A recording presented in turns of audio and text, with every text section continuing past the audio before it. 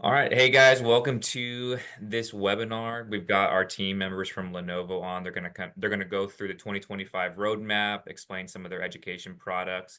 We have Blake and Chris from Lenovo who's going to walk through some of the tech for us. Blake, I'm going to hand it over to you. Pleasure to meet you all virtually. It's great to be able to talk to you. So my name is Blake Gregorsh. I'm a technical client advisor for K-12 and higher ed in the central United States. I'm joined by my peer, Chris Elliott. He is my Western counterpart, so he essentially covers the same K-12 and higher education for the Western United States.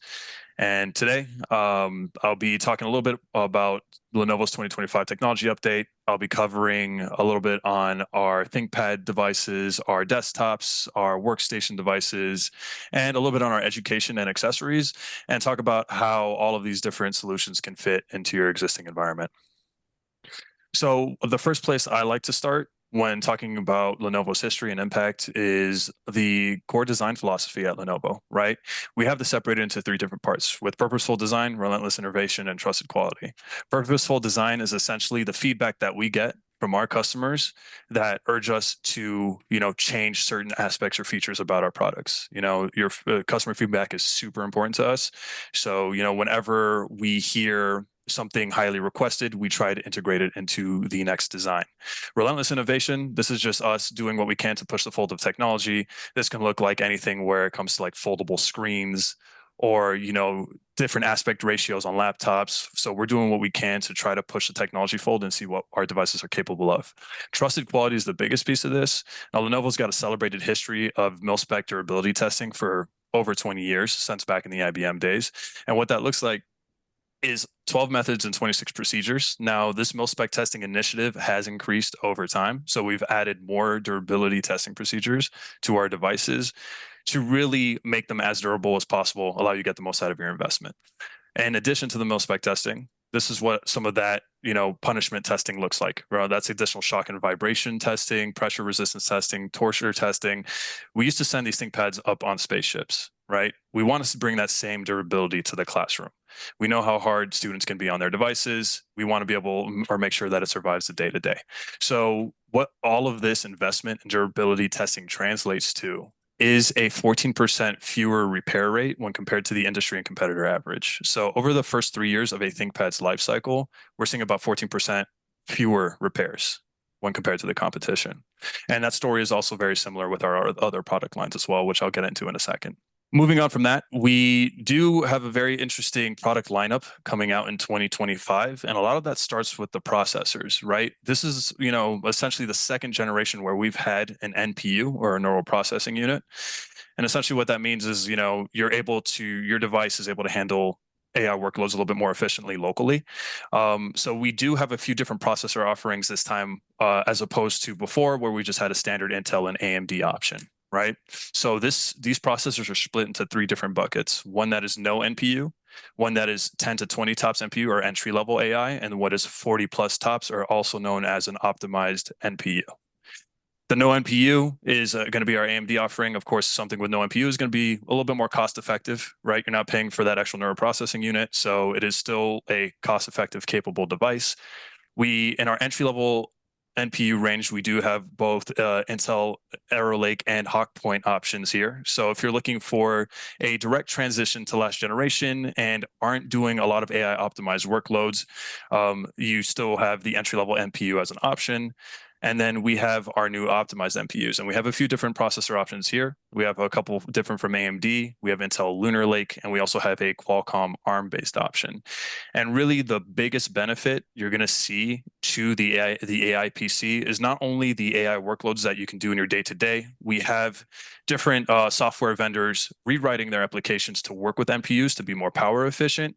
But the biggest difference you're going to see in your day-to-day is the amount of battery life you get from an AI optimized PC versus a non-AI optimized PC. We're looking at about 3 to 4 hours extra of battery life on top of a entry-level or non-NPU PC, which is pretty considerable given the day-to-day use case. What this looks like in the entire portfolio, and I want to give you a bit of an education, a high-level overview of what the portfolio looks like, because we do offer a lot of different devices. So our E-Series is going to be our entry level, right? So this is going to be sort of your basic no frills laptop. It's going to be, since it's going to be more on the cost competitive side, it's going to be a little bit heavier and thicker than the rest of the product line, but it's still going to be able to support up to an i7 or a Ryzen 7 processor, up to 64 gigs of RAM. So we'll be able to handle just about any use case. It all just depends on like the mobility and the overall quality of those components in terms of like how fast your RAM is, what kind of storage options you have. When you step up to the L series, things get a little bit a little bit thinner, a little bit lighter than the E series, a little bit more aluminums and less plastics in the overall build quality. So it's going to be a little bit more expensive than your E series, but you're going to have a slightly more high performance components when it comes to your faster RAM, your better speakers and audio performance. So a little bit of a better device overall than the E series, because it's a step up. And the L series tends to be sort of that sweet spot when it comes to faculty use cases of it's a good balance of performance and overall cost. The T series and the X series are sort of on the same tier. The T series is going to be a step up from the L series. It's going to be quite a bit lighter and thinner. This is what we call our corporate workhorse. This is very popular in the commercial space, right? The T series is build quality of a little bit more magnesium and aluminum when compared to some of the more plastic build quality of the L and E series. It's important to note that all of these devices are mil-spec tested the same, just the overall feel and finish of the device changes, right? And the weight as well. So T series is going to be a step up from the L series. It's going to offer better paneling options. So if you're looking for a higher resolution panel, higher brightness, the T series offers that. If you're looking for Dolby audio and Dolby voice, it's going to have better unified communications technology built in. For the X1 Carbon, X1 2-in-1, this is going to be our most premium offerings when it comes to just mobile devices in general. So our X1 devices are going to be our thinnest and lightest. So our X1 Carbon is going to be less than 2.5 pounds. Our X1 2-in-1 convertible is going to be less than 3 pounds. It should be made of carbon fiber and magnesium. So really like the most premium finish. It's going to have the best overall components when it comes to the RAM itself. In an overall nutshell, the X1 and Carbon and X1 2-in-1 are going to be the most premium options with the most premium displays and unified communications technology built in. On the other side of that, we have our P series devices. So our P series would be known as our workstation line, our mobile workstation line. Any use case or in K-12 use cases would be considered CTE or anything that's engineering or STEM. A P series is any device that would have a discrete graphics card in it. So anything that would require any elevated application use. So I know that was a lot on the ThinkPad side. So we're going to go to a little bit of a simpler product line, and that's going to be our ThinkCentre desktop line, right? And the way I approach this conversation is just very high level. It's more so what are you trying to achieve in your classroom? What kind of form factors are you looking for? Are there any space considerations? We offer a couple different form factors here, starting with Tower all the way to the Tiny-in-1. So of course the Tower is going to have just a little bit more upgradability because it is larger. You have more RAM slots. You can definitely upgrade more components over time. Small form factor. It's going to be that sweet spot between the Tower and the Tiny. Of course, also going to have more RAM slots. Going to be able to support low profile graphics cards should you choose. And then, the Tiny tends to be one of our more popular options for K-12, especially because just due to the form factor, right? It has that more out of sight, out of mind approach. You can throw it into what's called a Tiny-in-1, which is essentially a combination of the Tiny where you slide it into the back of the monitor, and it just seamlessly fits as an all-in-one solution. The difference between the Tiny-in-1 and the all-in-one is the all-in-one is where the compute is built into the monitor itself, right? So not a bad option if you don't want to have the desktop separate from the monitor. But the benefit of having the Tiny-in-1 when compared to the all-in-one is that the Tiny itself is you can just take out of the monitor and you can service it, upgrade it, do whatever it is you need to do.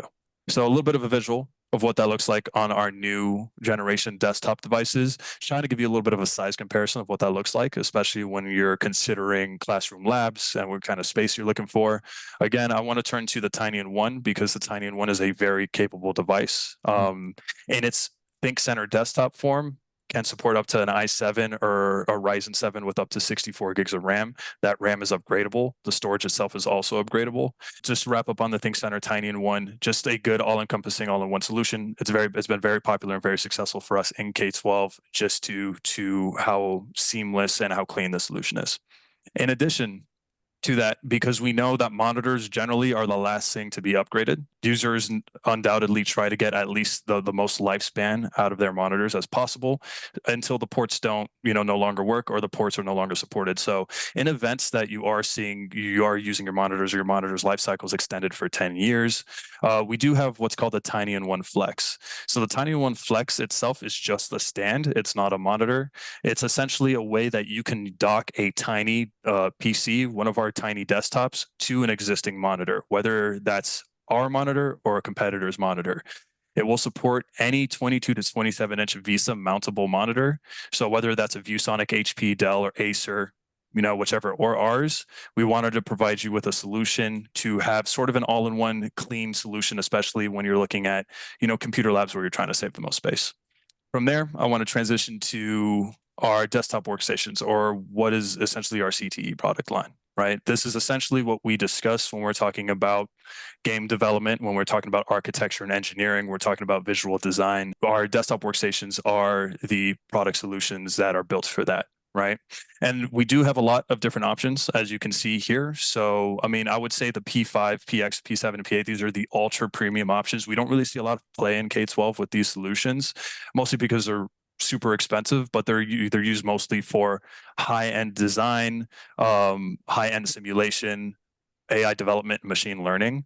There are a few districts in Florida that do use a couple of these to help with machine learning or AI inferencing to help build large language models. So that's definitely a use case there. But where we see the most play is either going to be the P2 or the P3 series. Generally, the P3 in the K-12 space, whether it's the Tower, the Ultra, or the Tiny, can solve for most use cases. Even in our tiniest desktop, which is one that also fits into a Tiny-in-One solution, you can have a maximum of an 8 gig VRAM GPU. And there's a lot that you can accomplish with that. So really, all of these, the P3s and P2s support up to 1 GPU, but of course, just dependent on the size is, the size of the GPU that we can fit in there, depending on your use case. Flipping from the desktop side to the mobile side, we do have a couple of mobile workstations if you prefer more of a laptop interface to a desktop interface. So, or maybe you have instructors that want to use a mobile device, be able to walk around the classroom with a device that is almost or somewhat equally as capable as a desktop. So we do have it in a couple of different form factors. It's going to range anywhere between a 14-inch all the way to a 16-inch. The P14S, P16S will be your slim versions. So, these are going to be, of course, your lightweight workstation solutions. And then, all the way up to your P16, which is going to be essentially a full desktop replacement. So you would essentially use a P16 if you needed the highest horsepower that we can offer in a laptop, up to 192 gigs of RAM, or a ridiculous 12 terabyte storage SSD within. So again, what I'm trying to point out here is just a lot of versatility in the solutions. We pretty much have a device or a mobile device for all of your needs. When we're talking about the durability and quality of the solution, our workstation line is even more reliable in a sense than when compared to the competition, right? Because of the way we design the cooling of these devices, right? So the ThinkStation devices differ from ThinkCentre, our standard desktops, because the cooling has to be revamped to support all the high performance components within. And because of all of that extensive engineering, we're about 1/5 more reliable than competitors over the first 3 years of the life cycle. So moving on from workstations, I do want to talk a little bit about esports because I know that's top of mind for a lot of school districts. So only going to attack this from a high level, but when it comes to Lenovo's esports resources, we have everything you need to get started, even when it comes to curriculum consultation. So even outside of the hardware space, we work with our esports consultants to help get your esports curriculum, esports program set up. So in addition to offering all the hardware you need, we also offer the software and consultation to, enable your esports program to succeed. So be sure to ask us about that. So moving on to what's going on in students' hands and in the classroom. So again, on top of the mil-spec testing that we do for our commercial devices, our EDU devices are even more durability tested beyond that because students are the most destructive beings on the planet. So we know that with this being said, we do try to put in additional durability testing to ensure that the device will survive in a student's hands. Again, this doesn't mean that the device itself is indestructible. We wish it was, but what we do is we reinforce the ports. We raise the hinge testing, we increase the drop protection, we anchor the keys even further. So what we do is we ruggedize test these even further than our standard commercial devices, and that's applied to across the portfolio to all of our education devices. But where I'm going to start is with the commercial Chrome portfolio, and then I'll talk a little bit about Windows as well. So on the education side, we have, our standard student devices, your 100E, 300E, and 500E. These would be your 11.6 and 12.2-inch solutions. We offer this in both MediaTek and Intel options. We also have the Duet 11 if you're looking for a iPad comparable or just a simple tablet solution. The detachable keyboard comes completely optional here. So if you don't want students to have the detachable keyboard option, that is also an option that, you don't have to have the device built out with. On the faculty side of things, we have slightly larger form factors to enable your faculty to use Chrome.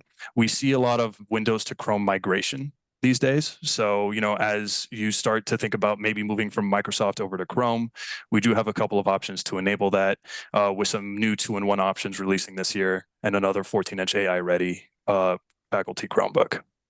And then on the desktop side, we also have our lab Chrome setups and, a Chrome option for digital signage. So we do offer a lot of different options when it comes to the Chrome device playbook. So when it comes to the overall portfolio, just a quick snapshot of what the 100, 300, and 500E look like. These are our main student devices. The 100E is going to be your entry-level clamshell, non-touch option. Your 300E is going to be your two-in-one convertible touch option with an optional stylus and world-facing camera.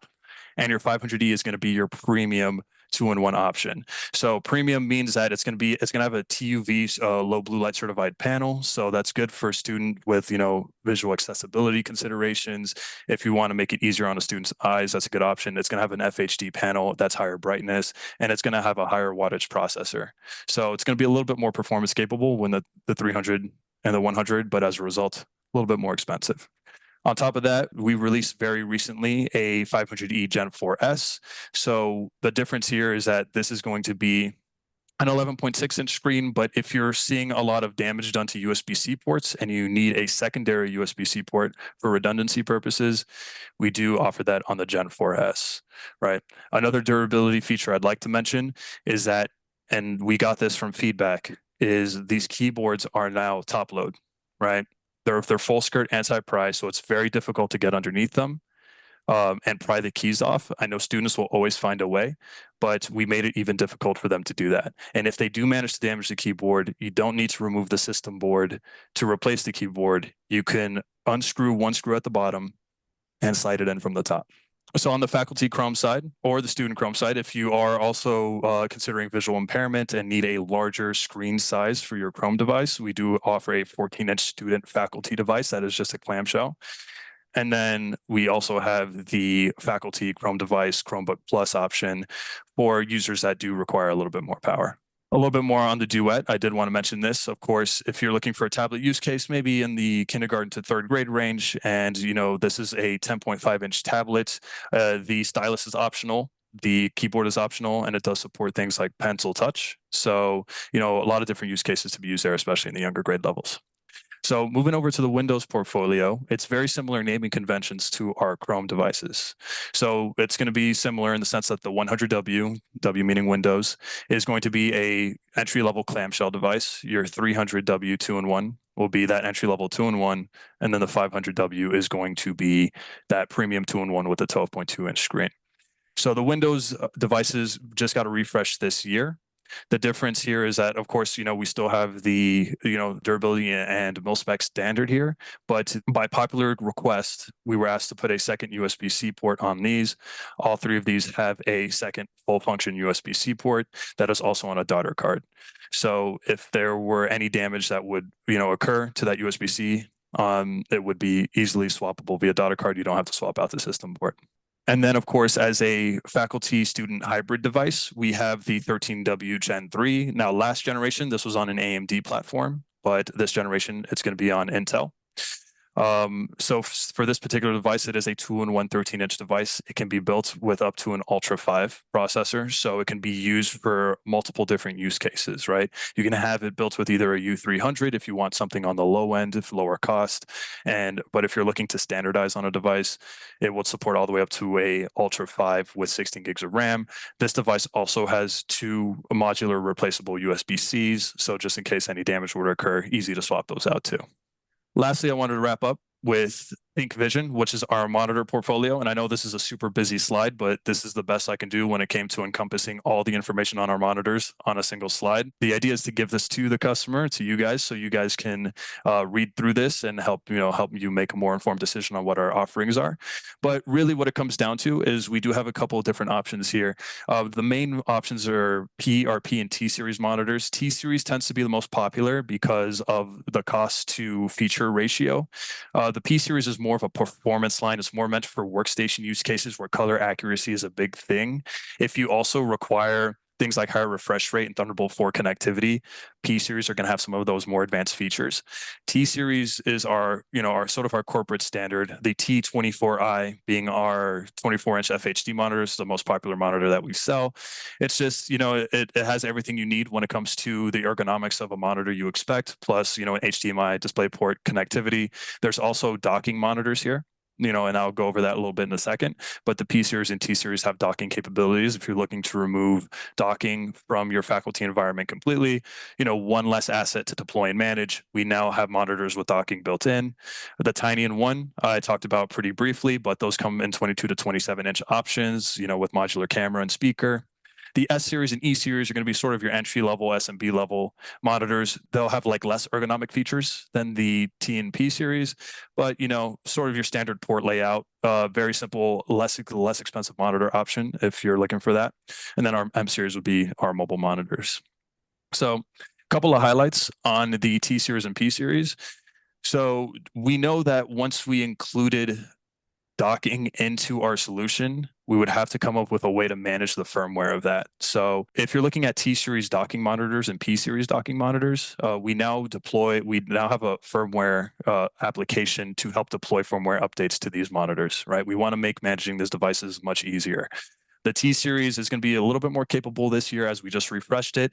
It's going to do about 96 watts of power delivery, which means it's going to charge your device up to 96 watts. So that's pretty much most user devices that aren't mobile workstations, right? And a lot of these T series monitors now have daisy chain.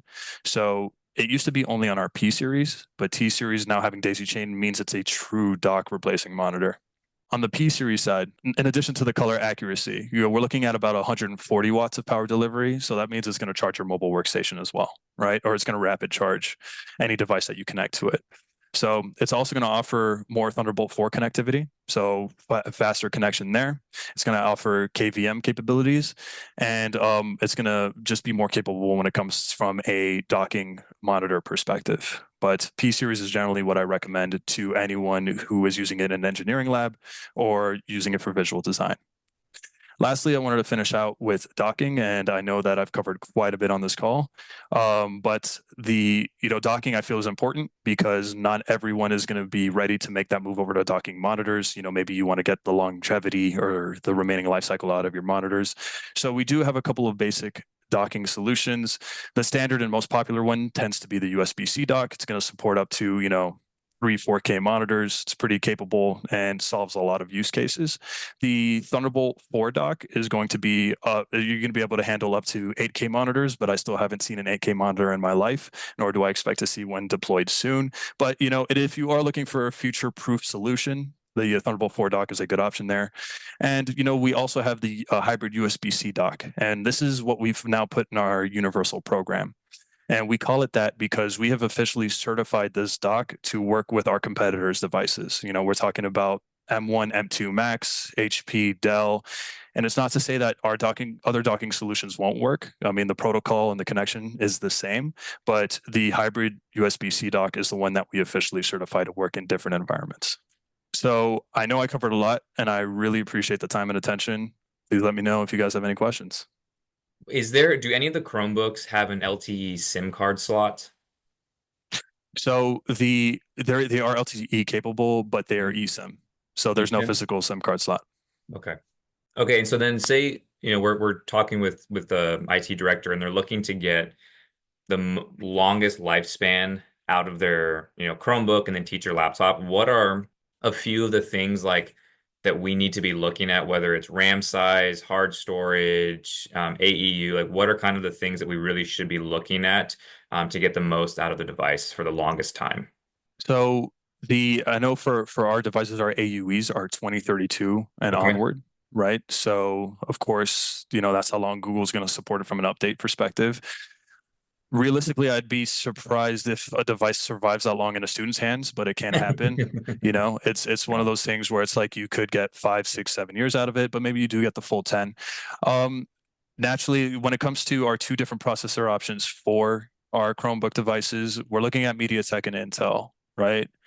Intel's a little bit more expensive, but a little bit more capable. It is a higher wattage processor, right? So, the longevity there, it means that you're going to be able to pull out more performance for longer. It's going to be a little bit more relevant as the years go on and as applications change. But what I would recommend doing is building out at least our 100, 300, and 500E all maxed out at 8 gigs. Yeah. So I would recommend definitely using 8 gigs of RAM on each of these, regardless of whether or not you go for MediaTek or Intel.